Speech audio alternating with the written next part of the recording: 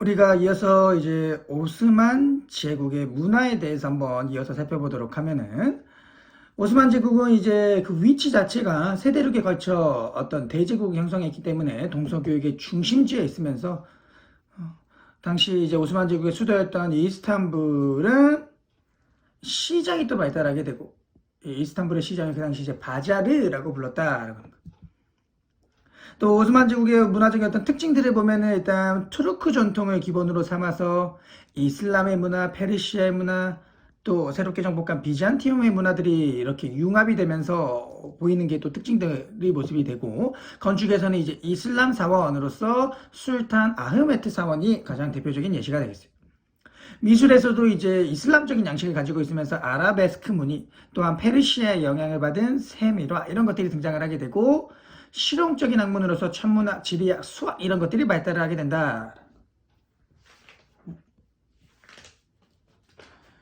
그 다음은 이제 이어서 교과서 118, 119페이지 보면 이제 동서문명의 교차로 이스탄불 해가지고, 이스탄불에서 볼 수 있는 많은 유물, 유적지 뭐 이런 것들이 살펴볼 수 있으니까, 보면은 뭐 성소피아 성당, 방금 봤었던 술탄 아흐메트 사원, 뭐 그랜드 바자르라고 해서 바자르 시장 이런 것들이 보이게 되고, 넘어가 보면은 이제 교과서 120, 121페이지 가면은 다양한 이슬람 국가라고 해서 이 소아시아, 그 다음에 유럽, 뭐 아프리카 요 지역에 이제 오스만 제국이 자리 잡고 있을 때 왜 이제 중앙아시아 지역에서, 중앙아시아, 이 소아시아 지역에서 자리를 잡고 있는 여러 이슬람 국가들, 또 다른 이슬람 국가들을 한번 살펴보도록 할게요. 여기서는 이제 티무르 왕조, 사파비 왕조라는 두 왕조에 대해서 살펴볼 건데, 먼저 티무르 왕조부터 보면은, 티무르 왕조는 14세기 후반, 그 당시 이제 징기스칸의 후손이다, 후예다라고 스스로 칭하는 티무르라고 하는 인물이 건국을 하게 돼요.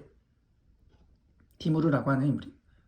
그래서 티무르라고 하는 이제 징기스칸의 후예, 몽골의 후예를 자처하다 보니까 이제 활발한 정복 활동들을 벌이게 된다라고 하는 거예요. 그래서 활발한 정복 활동들을 벌이면서 중앙아시아에서 뭐 서아시아에 걸친 엄청난 어떤 대제국을 형성을 하게 되고, 이 티무르 왕조에서는 수도를 사마르칸트라고 하는 곳으로 삼게 되고, 여기를 이제 또 이제 지리적인 어떤 이점들을 활용해서 동서교육의 어떤 중심지로서 삼게 되면서 중개무역을 통해서 번영을 하게 되고, 여기가 이제 또 동서교육의 중심지, 여러 문화들이 모이다 보니까, 또 혹자는 이제 여기를 사마르칸트를 동방의 로마라고도 부를 정도로 굉장히 발달한 그러한 도시로서 만들게 되고, 이렇게 이제 뭐 경제적으로나 또 영토도 넓힌 이렇게 발전해 가던 티무르 왕조는 티무르 사후 쇠퇴하는 모습을 보여주게 돼요. 티무르가 죽고 난 이후에 이제 쇠퇴하게 되면서, 그 당시 이제 티무르가 명나라 원정을 가던 길에, 중국 명나라 원정을 가던 길에 사망하게 되면서 쇠퇴를 하게 되고, 이후 16세기 이민족들에게 멸망하는 모습을 보여주게 된다. 그 다음에 이 티무르 왕조의 우리가 문화를 보면은 페르시아, 투르크, 이슬람 문화들이 이제 융합이 되어서 형성이 된다라고 해요. 문화적인 부분에서는 페르시아, 투르크, 이슬람 문화들이 융합이 되어서 만들어진다. 그 다음에 이제 사파비 왕조를 보면은, 사파비 왕조는 이스마일 1세가 지금의 이제 이란 지역에다가 건국을 한 그러한 왕조가 되겠어요.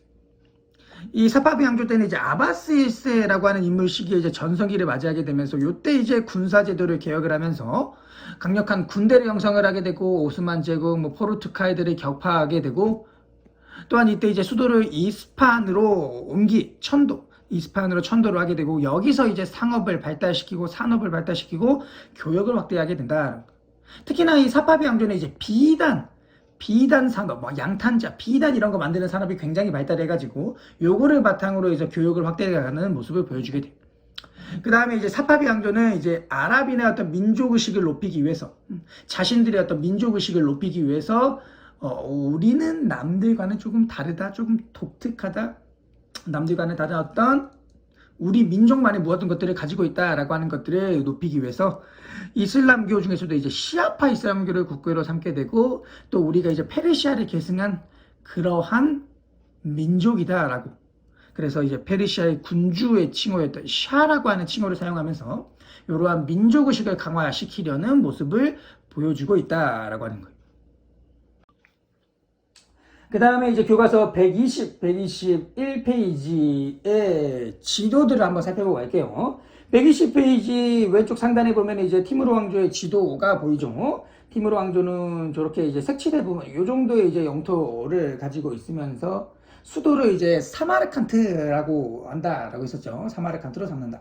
이 사마르칸트의 어떤 지도상에서의 위치 한번 잘 기억을 해두고, 교과서 121페이지 오른쪽 상단에 보면은 사파비 왕조의 영토가 보이죠. 그래서 지금의 어떤 이란이 있는 이 이란 지역에다 건국했다라고 했고, 사파비 왕조의 수도 역시 이스파한이라고 했는데 이 지도상에서의 이스파한의 위치도 잘 기억을 해둬야 된다 해요.